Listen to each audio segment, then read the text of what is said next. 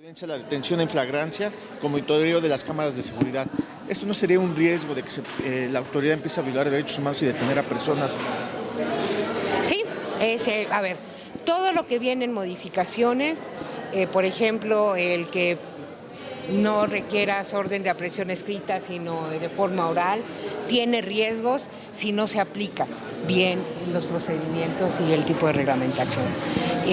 A lo que nos está llevando el nuevo sistema es exactamente a los retos que implica que los servidores públicos conozcan perfectamente e interpreten perfectamente la ley, ¿no? Entonces, está bien, pero tiene que tener un orden de procedimientos que sean unificados, de procedimientos que los juzgadores y los ministerios lo puedan interpretar de la mejor manera posible, ¿no? Porque ha sido una propuesta también de los candidatos de la ciudad que a través de poniendo cientos de cámaras se podrá detener a la delincuencia. ¿Esta sería una opción? Básicamente lo que pasa es que las cámaras de seguridad para eso están, para proteger a los ciudadanos. Entonces, el que las tengamos activas, el que podamos ver, que sean adecuadas, porque la tecnología era una tecnología obsoleta, lo que va a permitir es proteger a la ciudadanía. Es correcto, porque básicamente estás hablando de la identificación, ¿no? Entonces, eso vendría generando no una controversia en que ya no se necesitaría una orden de aprehensión, sino simplemente con una imagen bastaría. No, porque de todos modos requiere de todos modos que un juez dicte y haga saber que hay una orden de aprehensión.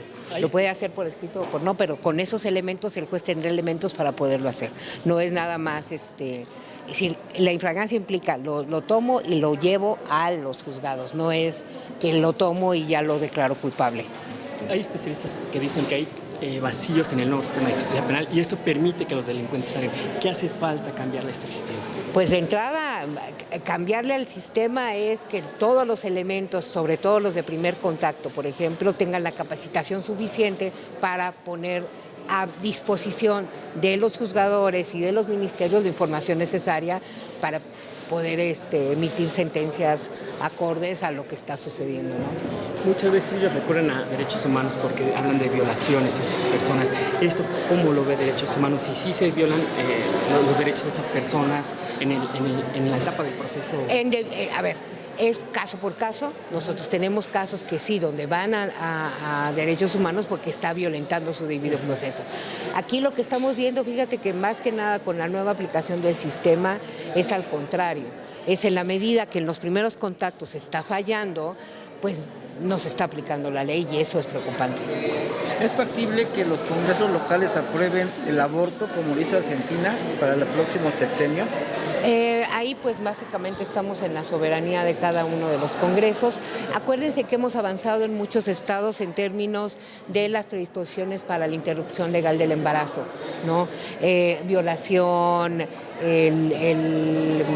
los presupuestos.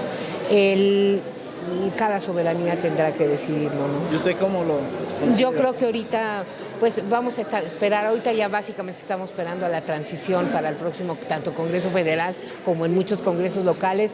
Yo considero que tendríamos que seguir avanzando en la discusión, que somos un país que puede hacerlo igual que lo hizo Argentina en términos científicos y razonables, ¿no? Y sobre todo de derecho a la salud a las mujeres, ¿no? En estas campañas la Comisión ha recibido denuncias por parte de falta de equidad de género político en las mujeres, en estas campañas. De violencia política de género.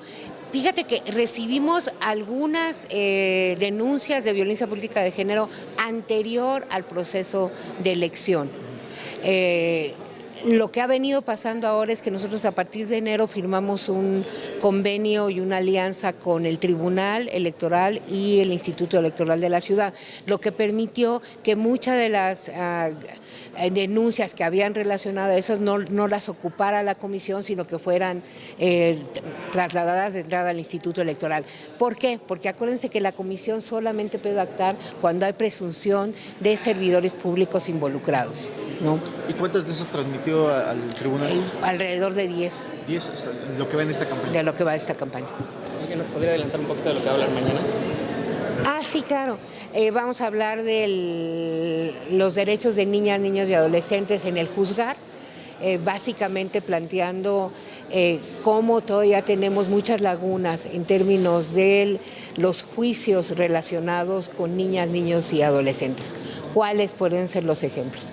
En la infancia el tiempo es primordial, porque pues, tú puedes tener 30 años y luego tienes 40 y sigues siendo un adulto joven, ¿no?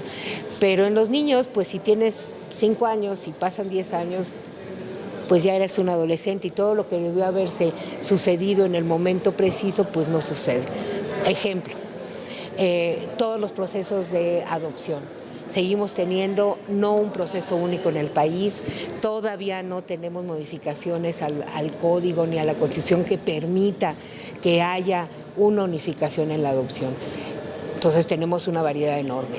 En términos de niños, eso es un problema. El otro problema en términos de niños es que tú tienes que pasar, por ejemplo, con los niños que generalmente son retirados de sus familias, tienes que pasar primero por un juicio que permita quitar la patria potestad y que entonces la patria potestad la tenga el Estado, ¿no? Después de eso, tienes que pasar a lo que se llaman los juicios de adopción. Estos juicios que tendrían que ser expeditos, ¿no?, se pueden tardar hasta 6, 7 años. Entonces un niño que era susceptible de adopción a los 1 año de edad, después pues ya pasó el tiempo y generalmente se quedan institucionalizados sin la oportunidad, por ejemplo, de tener una familia, ¿no? Eso es un ejemplo del tiempo, ¿no? Y en cuanto al acceso a la justicia, ¿cómo estamos? No, pues básicamente pues nulo. Acuérdense que hay una visión tradicional de que los niños, las personas menores de edad no son jurídicamente, no pueden tener representación jurídica. Lo que nosotros decimos es, a ver, los niños, niñas y adolescentes, esos en términos formales, pero sí tendrían que tener una voz y básicamente el peor problema que tenemos en la impartición de justicia es la implementación del interés superior del niño. Es cómo defines desde el juzgar qué es lo mejor para el niño, no para los adultos que están alrededor de los niños, sino para el niño, ¿no? ¿Tendrá la cifra de más o menos cuántos adolescentes, niños y adolescentes hay aquí privados de la libertad y por qué delitos principalmente? Privados de la libertad, muy pocos. Acuérdate que el nuevo sistema de justicia adolescente que entró igual en vigor, lo que ha favorecido es, sobre todo en menores de edad, el que no estén recluidos. ¿Por qué? Porque tenemos que apostarle a la reinserción, sobre todo cuando son niños y adolescentes, ¿no? Entonces, estamos ya con, acabamos de estar en la comunidad de San Fernando y en estos últimos 2 años que empezó a operar el sistema, la comunidad ha bajado a la mitad de adolescentes puestos ahí, ¿no? Estás hablando no más de 1 millar de adolescentes aquí ¿Pero en la ha ciudad. habido una buena reinserción a la sociedad o simplemente por liberarlos? No, hay una buena reinserción, porque lo que se hace es trabajar con equipos interdisciplinarios y hacer un seguimiento. Cuando hablamos de reinserción con adolescentes y de puertas abiertas, no es que digas, no, pues no van a cumplir básicamente su deuda con la sociedad, sino estás hablando de procesos en donde están monitoreados, hay un tiempo, están en procesos educativos y procesos de primer empleo. ¿La Comisión estaría a favor de que los niños infractores por homicidios tengan que cumplir una condena en prisión terminando su proceso de juventud? A ver, cuando lo cometiste a los 12 años no eres imputable menores, eso es la ley y la comisión está básicamente a cargo de cumplir la ley.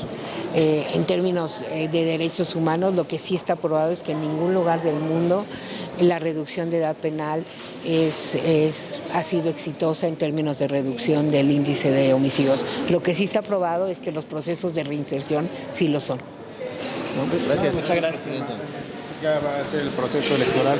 ¿Cuál sería su punto de vista o el llamado que se haría después de esta confrontación, de estas, se tiran unos a otros? ¿Cuál sería el llamado de la oposición? No, pues el llamado es de entrada que estamos ante elecciones únicas en la historia del país por la cantidad de cosas por las que vamos a votar. En particular en la Ciudad de México estamos hablando por primera vez elección de alcaldías, ¿no? Estamos hablando de concejales, que es una figura que no teníamos, sino que empieza a operar a partir de la Constitución de la ciudad.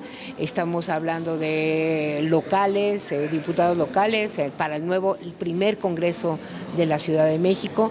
y bueno, la jefatura de gobierno. Es una gran cantidad, está en juego una gran cantidad de posiciones de elección. ¿Qué es lo que estamos previendo? La comisión va a estar de todo el domingo atenta, en guardia, para lo que se llega a ofrecer.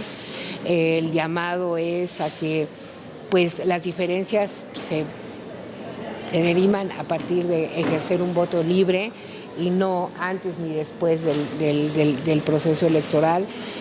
Puede haber, y estamos previendo que en algunas zonas está tan dividido y está tan, pues están tan apasionadas los puntos de preferencia política que pudiera, esperemos que no, algunos brotes quizá de procesos alrededor de algunas ¿Cuáles son esos puntos rojos que hay? Estamos detectando algunos en Iztapalapa, por ejemplo. Gustavo Amadero también es un punto rojo, en algunos puntos igual de Álvaro Obregón y Coyoacán. ¿Y cuál sería el llamado a estos? No, el llamado es que básicamente pues las contiendas, por eso tenemos los procesos electorales y pues las diferencias se dirimen ahí, ¿no? Y que bueno, que confíen, porque así debe de ser, en que tenemos un proceso electoral sumamente ciudadanizado, ¿no? En donde estos procesos de donde ya empiezan a haber desinformación o fake news alrededor de que si ya están llenando boletas y eso no es factible hacerlo, no hay manera de hacerlo, y que confíen en un sistema que básicamente está hecho por ciudadanos. Muchas gracias.